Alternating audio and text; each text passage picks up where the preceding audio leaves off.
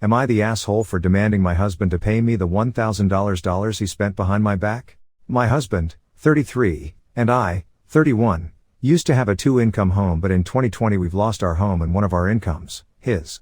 We moved into a smaller apartment, had to sell many things and give up most of our costly habits. My husband has an expensive habit of going to the spa for a weekly massage session. We live in an urban area, so this stuff is ridiculously expensive. A single session is $250, and he has to have it every week, so that it'd be nearly $1,000 a month. I offered him to have his session at a regular spa, but no, he has to get it from that luxurious spa near the restaurant we used to go, saying the lady who gives the massage is an expert and he's used to her. Problem is, I'm the only income earner and I'm struggling to make ends meet. I'm also pregnant and need to save money to prepare a nursery. I told him to cut his sessions, but he refused. I told him I won't be paying for them anymore, and he said he'd get the money himself. Yesterday I checked and saw that he's been using my credit card for his sessions for a whole month and had maxed out completely. I found that out when I went shopping for baby essentials and the cashier said I had no money. I had to return everything, then went home and went off on him. I told him he maxed my card out and made me look like an idiot at the store. He said he didn't tell me cause he knew I'd have an issue with it. I demanded he pay back the $1,000 he spent, but he refused. I yelled at him, calling him irresponsible, and he got upset and called me selfish and told me to stop playing victim and that this is affecting both of us since he's going to be a parent too and it's stressful for him and I keep dismissing his own needs as a human. I went upstairs and he went out. He started giving me silent, but I kept demanding the money back. He said I shouldn't expect it back since we're married, then my money is technically his and I should stop using his unemployment against him. Not the asshole. He stole from you to buy a luxury. Immediately cut him off from all access to your money and credit. Don't give him any money at all. And seriously reconsider living with him since he steals from you. Also, is there any chance that this spa treatment actually involves him paying for sex? Because there's something that feels off about all this. I'd be suspicious about the $200 plus for a massage, lol. Am I the asshole for forcing my parents to disown my gay brother? Context needed, obviously. I, 28 female, hate my brother, 30 male.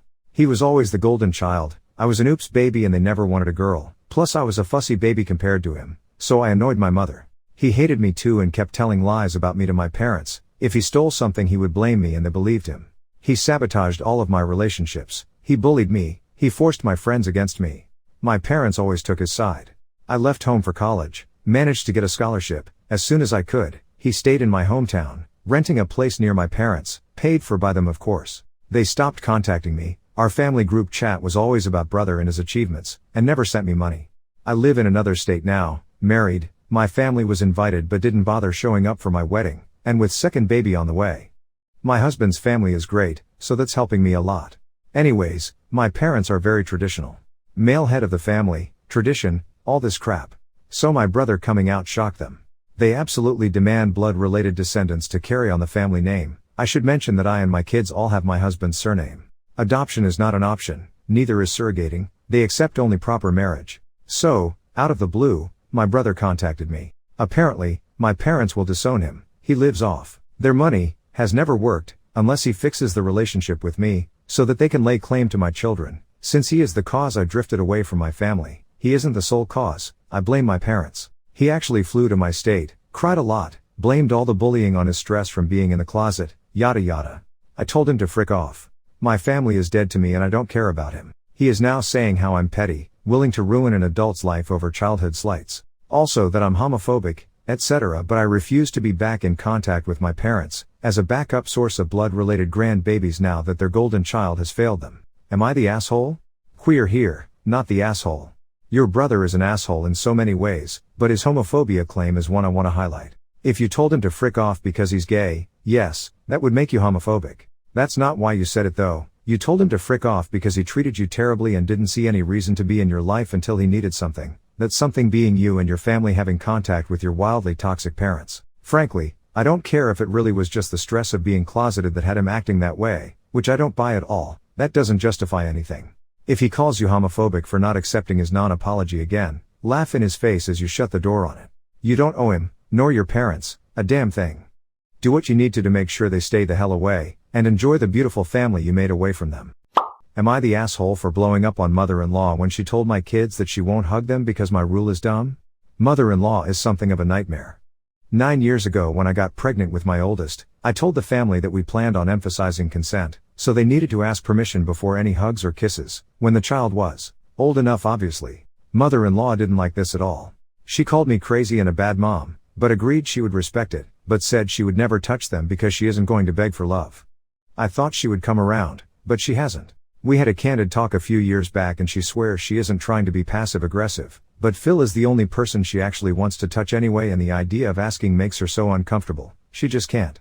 My kids are 9 and 6 and mother-in-law has never once touched them. Even when I asked if she wanted to hold them as babies, the answer was always no. We had a family gathering recently and someone made a comment about mother-in-law hating hugs. She said that she didn't and she has nothing about my kids, but she isn't going to hug them because of my stupid rule. I was pretty upset that she said that right in front of my kids. I feel that you never undermine someone's parenting like that. I asked to see her in private and told her just that. Mother-in-law said I'm ridiculous and she was just being honest that she doesn't agree with the rule and she has a right to her opinion. I snapped at her that they aren't her kids and she gets no say. Mother-in-law said I should just leave then and she isn't sure why we continue to talk to her or bring them to her house. I called her a selfish witch and said all she has to do is ask and I'm sure the kids would hug her. She just rolled her eyes and walked off. Not the asshole. Literally, it isn't a weird rule. Hey Connor, can grandma get a hug? No. Okay, you let me know if you want one later. Love you. People routinely dehumanize children by deciding that we must have unfettered access to their affections on our terms, then we wonder why they don't voice things and build resentment. Unfettered access means they'll feel uncomfortable setting boundaries with not just family, but others. Teaching kids that they owe others physical affection and are rude if they don't give it is a massive problem. I have this rule and it's never been a problem.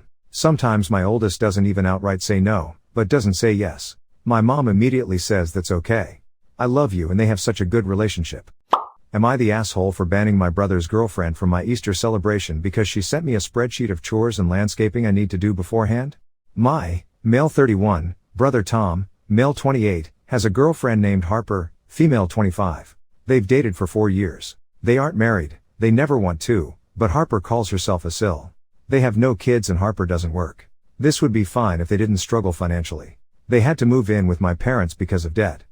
My family thinks Harper is lazy and she compensates by being a perfect housewife. Harper puts all of her free time into party planning, as in planning our family's birthday and holidays, which we never asked for and don't like. She treats every event like it's a wedding and she the wedding planner. For context, she makes spreadsheets of all the things to do, weeks in advance. These people are in charge of the food, this many people, this budget, these options. Up for debate later.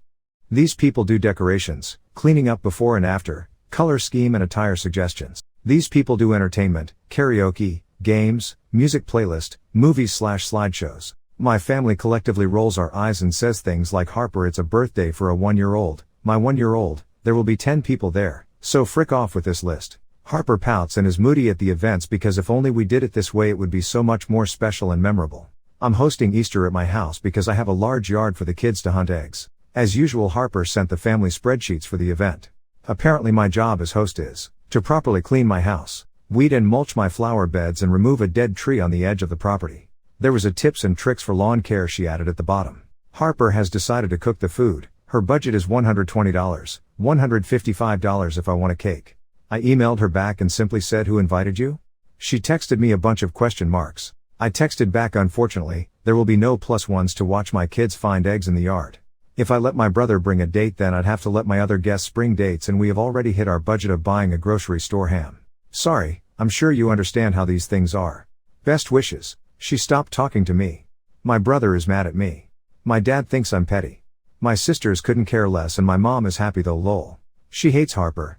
My wife wants me to act my age and stop this drama, but because it's my family she's leaving it as my decision. Am I the asshole for banning Harper? That list would have enraged me. Harper not talking to me would be a win, in my books. It takes a special kind of person to attempt to plan an event, that not only are they not hosting, but haven't even been invited to yet. Not the asshole. Am I the asshole for treating my daughter-in-law like a child when she was acting like one? My son and his wife have been staying with us for about a month now while they prepare to move into a new place in May. My wife and I enjoy having them with us and for the most part my daughter-in-law is lovely but she is very messy. I'm retired from the army and I have always run my house to a certain set of standards and I expect them to be followed even by guests. My son has often described his wife as someone who prefers clutter and she generally likes to have things where she can see them. But after I voiced my displeasure over the clutter in the guest bedroom they are presiding in as well as in the guest bath they use, every day she did begin to decrease this amount of clutter but not to the standards I would like in my home. My daughter-in-law still leaves her makeup out in the bathroom until she gets home in afternoons because she runs out of time in the mornings to put them up. To her credit, she does clean everything once she gets home, but I don't appreciate having to stare at the mess for hours until she does get home. I tried handling privately with my son in hopes he could talk to her, and while he did agree, he mostly made excuses about her behavior, equating it to an unstable home life growing up with incompetent parents and in the foster system towards her later teen years. I admit she still is quite young at 20, but my kids knew how to clean up after themselves before they were out of elementary school. My frustrations over the situation grew to head one day when yet again she left out makeup in the bathroom, and in response I took a trash bag and placed all the makeup and everything underneath the sink that was hers as well, and then in the guest bedroom every piece of clothing she owned, etc. I had no intention of actually throwing her belongings in the trash, but I wanted to show how serious I was on the matter, and I thought maybe handling it how I would have handled a teenager would have given her a bit of a wake-up call, since she had seemed to miss out on it in her childhood. My daughter-in-law came home before my son, and when she discovered her things in the trash bags outside of the front door, I could tell she was rather shell-shocked. I didn't yell, but I was stern when I explained that her behavior had been very disrespectful, and if it continued she would have to leave my house. My daughter-in-law didn't say much and just looked at me with wide eyes the whole time, and then when I was done she apologized and took all of her things back inside the room she was staying in. I could hear her crying, which seemed to me to be dramatic, and when my son got home he apologized for daughter-in-law's messiness but said that the way I handled the situation was too far. I told him it was my house, my rules. Now my daughter-in-law has been keeping all of her things in her car and won't even place them in the house at all. She has also become very reserved when I am around, but is completely fine around my daughters and wife. The mess stopped, but now there is an awkwardness in the house. Why are you spending hours in the guest bathroom staring at her makeup? Your standards seem unreasonable. It sounds like your daughter-in-law's untidiness is confined to non-communal areas of the house where she should have some expectation of privacy, and it doesn't sound like there's an actual hygiene risk involved. You are the asshole. Am I the asshole for getting up and leaving a local gaming tournament after my boyfriend's friends harassed me? So I, 21 female, have been dating my boyfriend, 20 male, for 3 years. We got accepted into the same college and both of us tried out for our uni's Valorant team this last school year. I got in, he didn't. This has caused a huge issue in our relationship, but I thought we worked through it.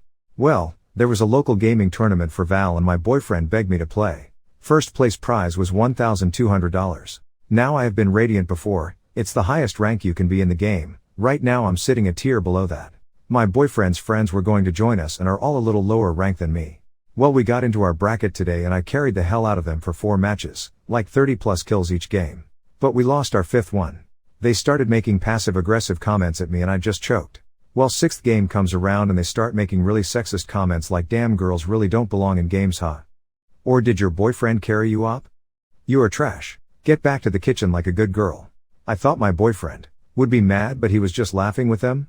Halfway through our game one of the boys said, Jesus, remind me to never ask a girl to play with us again. I'm pretty sensitive to that type of stuff and started crying. My boyfriend asked me to stop crying. It was just gamer banter and to just play the game. I told him he could go frick himself and I stood up and walked out the gaming cafe. It's 12 a.m. now and my best friend just sent me tweets from a bunch of them and their friends saying shitty things about me and how unprofessional I am. My boyfriend won't even speak to me. He texted me that I embarrassed him. A lot of my online gaming friends are telling me to just apologize and own up to my fault of making them forfeit. My gaming team at my uni is telling me to break up with him and focus on their tournaments and to forget about him. Gaming team is spot on here. You are not the asshole. When a girl's got a boyfriend like this, who needs enemies? Screw that guy and his friends. 1000% walk away and know you're better for it. Loved ones, friends. They don't treat you like that, even if you did suck at a game. People who belittle others like that are straight up trash. Dump him and move on, friend. Am I the asshole for throwing up over my husband's cousin in front of everyone and refusing to apologize? I, 24 female, am pregnant and have been violently throwing up. We finally thought I was a little less miserable and could hold it together, so we invited his family over. His cousin, Maya, 23 female, is kinda of a weirdo. Don't get me wrong, each to their own, but I think she is a bit too much. She meditates at all hours of the day, like for example while everyone else is having dinner. We were over for Christmas and everyone was around the table laughing and she was on the floor with scented candles doing yoga and meditating. She is also vegan and keeps forwarding me research papers to prove that my baby will be healthier if I stop eating meat. She even talked to me about a connection between eating meat and violently throwing up. I am just not up for it, and I do feel like she thinks she is somehow superior because she does all of this. There are many examples of this mildly annoying behavior, like stopping in the dead of winter while it is snowing in the middle of the street to meditate touching a tree. We had to wait 10 minutes in this freezing weather. As it stands, I do feel it is only fair to admit she is not my favorite person. Anyway, they came over and after 20 minutes she was on the floor meditating with her scented candles. She brought them in her bag. I felt instantly nauseous as they smell of heavy herbs like a spa would. I asked her to stop or go upstairs, but she just didn't respond. Her mom let me know Maya was focusing and couldn't speak. I asked again and said it really is making me sick. I went to open a window, God honestly thinking I was fine, but as luck would have it I turned back and somehow the movement was the final nail in the coffin. Maya had moved since I had last seen her and I ended up throwing up on top of her. She went mental, none of that meditation stuff, screaming that she had meat all over her. Geez, not puke but meat. Like that really mattered. Her mom helped her clean up while my husband helped me sit down and gave me some water and went to clean the mess. He is the best. When Maya and her mom came back, her mom just said let's get on with the apology so we can all move on. I told her I don't believe I am at fault and I want apologies because I asked twice but was ignored. Maya and her mom argued that when she meditates, she cannot be disturbed. We argued some more and they left, the rest of the family awkwardly leaving shortly after. I asked my husband and he just said I don't know babe, I get you, I just think when you puke on someone you do say sorry, just to be polite. Am I the asshole? I think. My temper got the best of me. Just to throw this out there, I have a medical condition about the puking and from what I understand I will be miserable until I give birth. Everyone was warned. There are 2 smokers and a teenager that vapes, so we did send out a message warning them about my scent problems. Guys, I did not puke on her on purpose. Scout's honor, I am violently throwing up. I did it once at the dinner table and once while my mom was showing me pictures of my niece. It sucks, it's humiliating and debilitating and I did not do it on purpose. I think your husband is very wise man. I'm sorry I puked on you, but you can't say I didn't warn you. Next time a pregnant woman tells you that she's going to be sick, believe her. Everyone sucks here.